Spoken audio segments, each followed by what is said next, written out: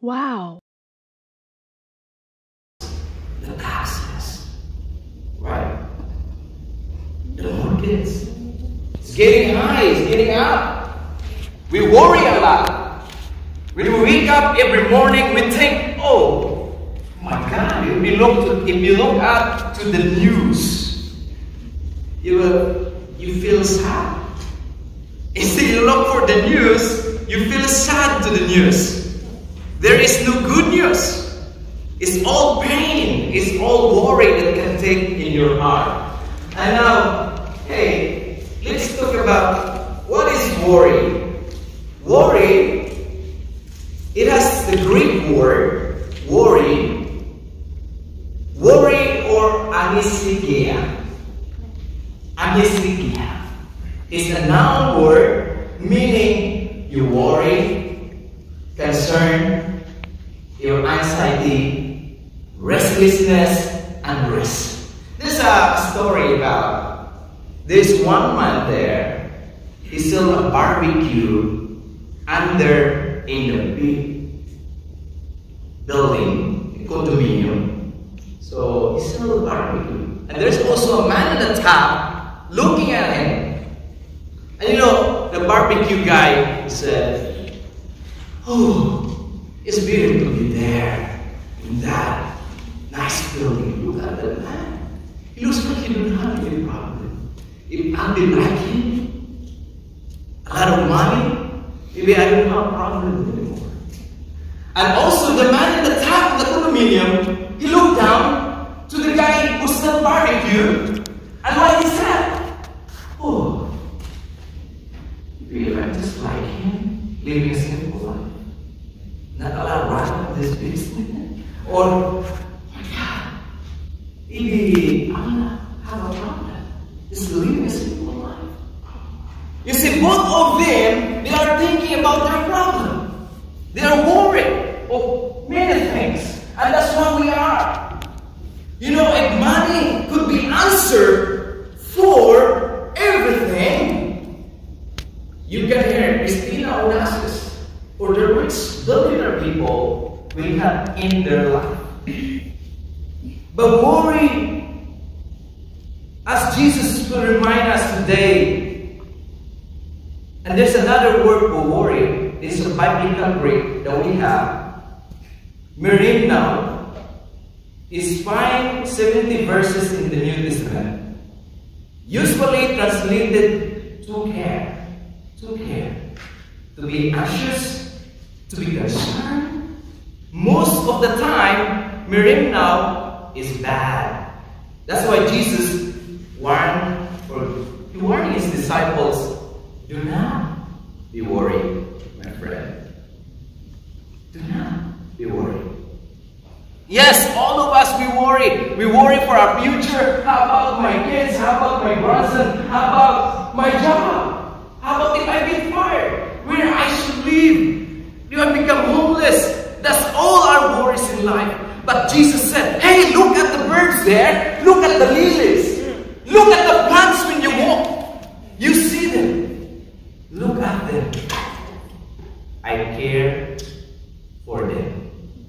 You know, one day I went to a walking and then I saw beautiful flowers. I just looked to the flowers and the trees. I just watched them. You can see the beauty of God's Word. Of God's Word. Especially in us here, we feel alone.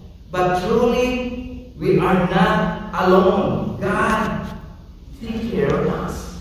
And that's what Jesus said, come to me, all of you who is tired and heavy laden, and carrying your heavy loads. You know what? This cell phone I have is few pounds. But if I hold this one for 1 hour, if I hold this one for 5 hours, if I hold this one for 1 day, or for 1 year, maybe we carry some problem that it's been long time that we've been. And it's already forgiven by the blood of Christ. When our Lord Jesus Christ died on the cross, He forgave you. He forgave us. And that's what the reason why He died. Because of His great love. And you can see here, undo or delete your anxiety. What Philippians 4:6 says to us? Philippians 4:6 and 7 it says, I want to read it with you in our text here.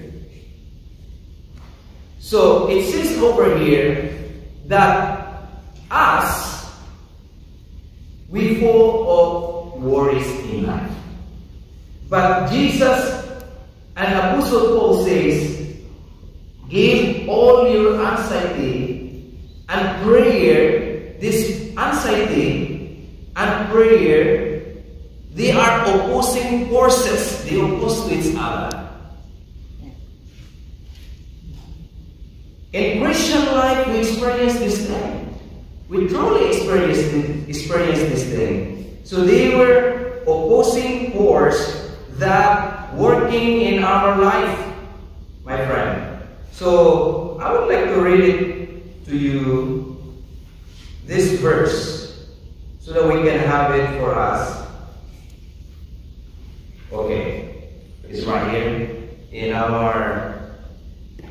Do not be anxious about anything, but in every situation, by prayer and petition, with thanksgiving, present your request to God. And the peace of God, which transcends all understanding, will guard your hearts and your minds in Christ Jesus. That is so wonderful to remind yourself to the Word of God. That when you are worried, you come here, hey, the great apostle, he said, do not be anxious about anything. But in every situation of your life, by prayer, the answer to overcome your worry is to come in prayer. But when you pray, there's a lot of, when you start to pray, I need to look at first my blog, my Twitter. What is the Facebook post today? Or in my Instagram? There's a lot of distraction. I remember when I was in seminary, they ordered us to pray for 1 hour. So how would I start to pray? I said, missionary, how would I start to pray? I can start to pray with your family, with your loved ones, and 1 hour? Yes, 1 hour. So there's a little prayer room right there. So we start to pray. But when you pray, when you unload those pain, when you unload the sorrow, when you give it to God, you feel relief. You feel relief from your pain. Because there are many things that even pastor cannot answer. Even your friends, your family. It's only God, and through prayer, you connect with the Lord. With thanksgiving. Thanksgiving is the antidote of worry, along with your prayer with petition. And the peace of God. What's the peace of God? Not merely a psychological state of mind. When believers commit or will surrender all their cares to God in prayer, worry will gone, will walk away. The full dimensions of God's love is to care beyond human comprehension. We are guarded by the Holy Spirit. And the Holy Spirit, it says in Galatians 5:22-23, what is that? The 9th fruit of the Holy Spirit. You have love in your heart. That's why we feel in love to the Lord. To love God with all our heart, with all our soul, and with all our spirit. And that's the one thing. And to love also our neighbors. And here, joy. The joy is different from being happy. Because you can smile. You can smile, but your heart is broken. Right? You can smile on that.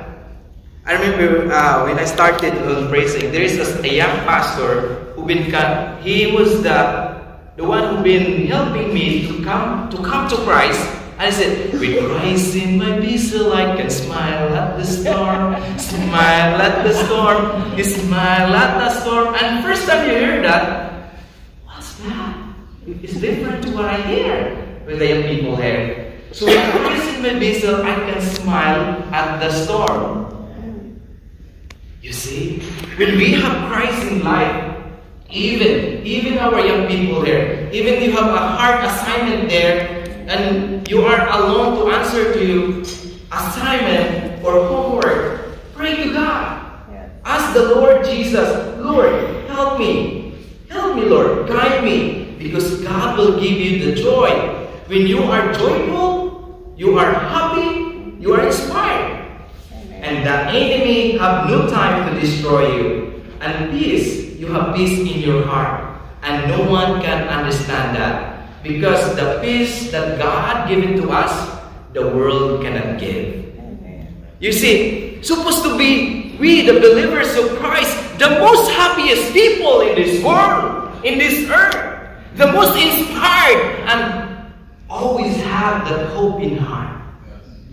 The world cannot turn down us because we are citizens of heaven. We are citizens. We belong to Christ. We've been crucified by Christ. And though the world will trembling down, we always be the inspiration of others.